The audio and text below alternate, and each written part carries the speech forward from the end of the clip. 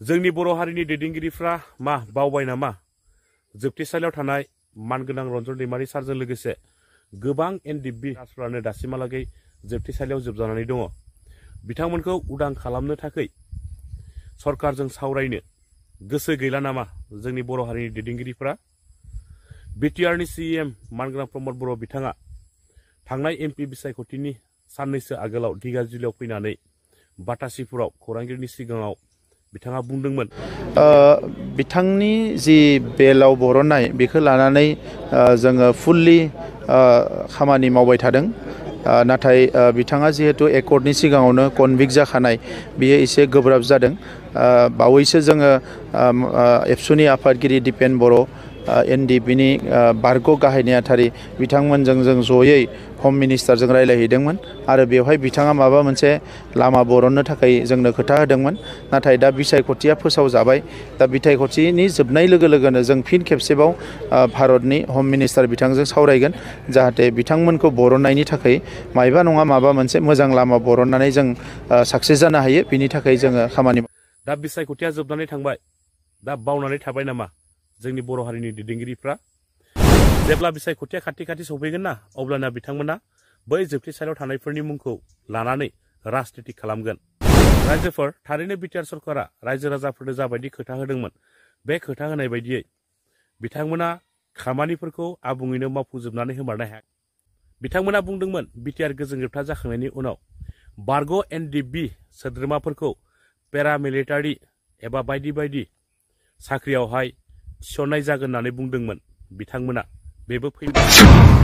आसाम पुलिसाव बारग' एनडिएफबिफोरनि थाखाय 2% रिजार्भेसन होनाय जासिगोन होननानै बुंदोंमोन।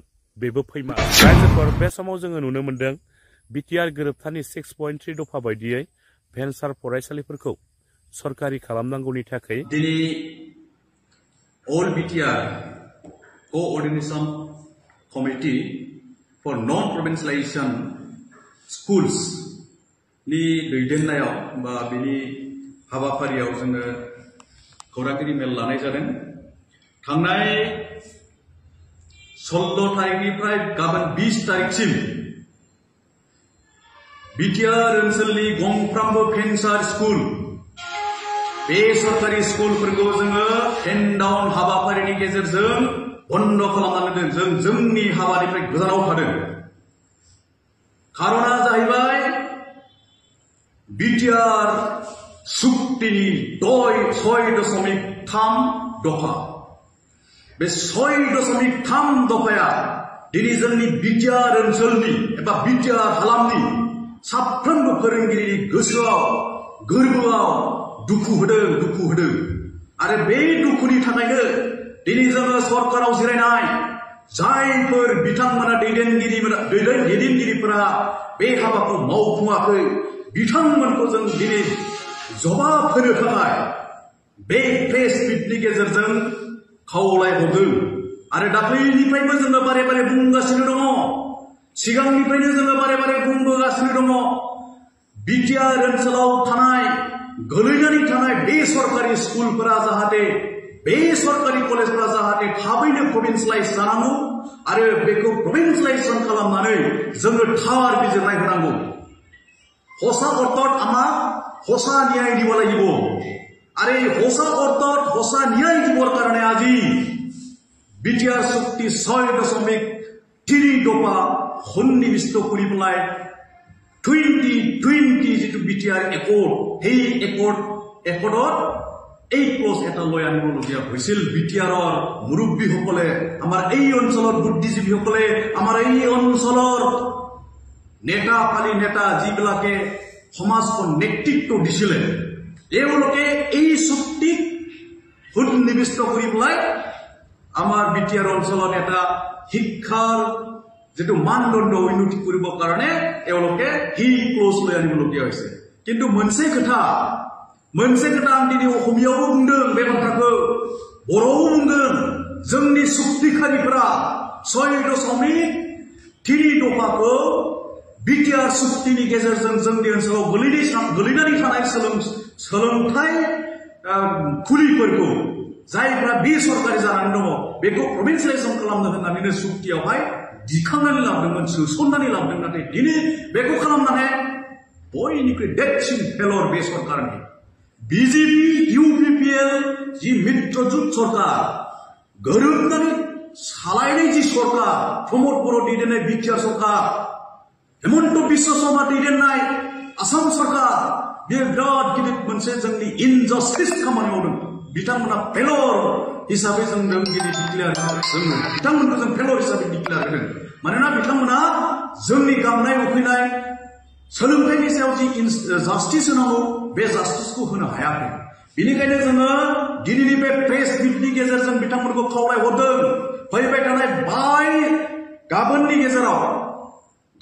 गेजेराव बिथांमोना जुदि जोंनो प्रभिन्सियेलाइजेसन खालामनायनि जि थांखि बे थांखिखौ स्पष्ट भाबै जुदि जोंनो मिथिहोआब्ला जोंनि गेजेराव फोरमायहराब्ला जों गाबोन डिसिनि गेजेरजों मुम्बाइ जिल्लायावबो डिसिनि गेजेरजों चिफ मिनिस्टार प्रमोद बर' बिथांनिसिम जोङो गोसोखां बिलाइ गथायनानै फैबाय थानाय 22 आगस्टआव जोङो गुवाहाटी सस'आव गिदिरथार मोनसे हाबाफारि लादों 3 घन्टा धरना हाबाफारि आरो बे हाबाफारियाव जों जोंनि शक्तिखौ देखायगोन फोरोंगिरिफोरनि शक्तिखौ जाय शक्तिनि गेजेरजों आसाम सरकारा मिथिनांगोन बिटिआर सरकारा मिथिनांगोन बिनि शक्तिकारिफ्रा मिथिनांगोन बे 6.3 दफाया मानो दिनैसिम इमप्लिमेन्ट जायाखै why it is become delayed we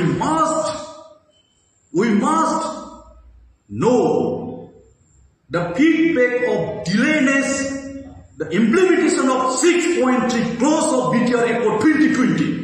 Beni finnai ko जोङो आसाम सरकार आरो प्रमोद बर' सरकार BTR सरकार जोंनो होनांगोन. Otherwise, we are ready to fight with them.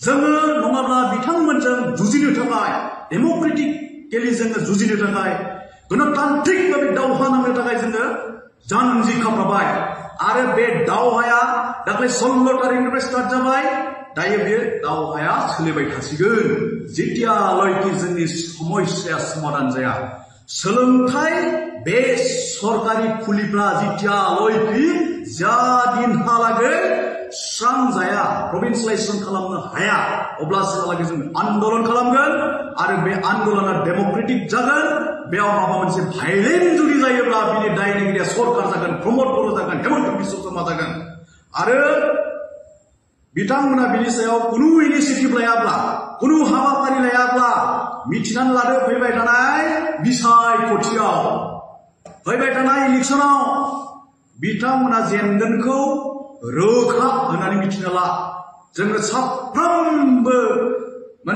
फोरोंगिरिफोरा समाजाव थांनानै बिसायख'थिनि थाखाय जों मोबिलाइज खालामनो थाखाय रेडि आरो प्रमोद बर'आथ' जेन तेनसो सरकार खालामनो हाखादों प्रमोद बर'आथ' जेन तेने सरकार কৰিব কৈছে বিজেপিক লৈ পেলাই আৰু এইটো চৰকাৰ আজি আমাৰ সমাজৰ জ্ঞানী মহলত সমাজৰ বুদ্ধিজীৱী মহলত বহুত আলোচনা হৈছে এই চৰকাৰ এবাৰ থাকিব না নাই যদি এই চৰকাৰ এবাৰ যদি বচাই ৰাখিব খুজিছে শিক্ষক সমাজক মৰম কৰক যদি बे सरकारखौ बिथांमोना बासायनानै लाखिनो जुदि लुबैदोंब्ला फोरोंगिरि समाजखौ बिथांमोना सन्मान हो फोरोंगिरि समाजखौ बिथांमोना मान हो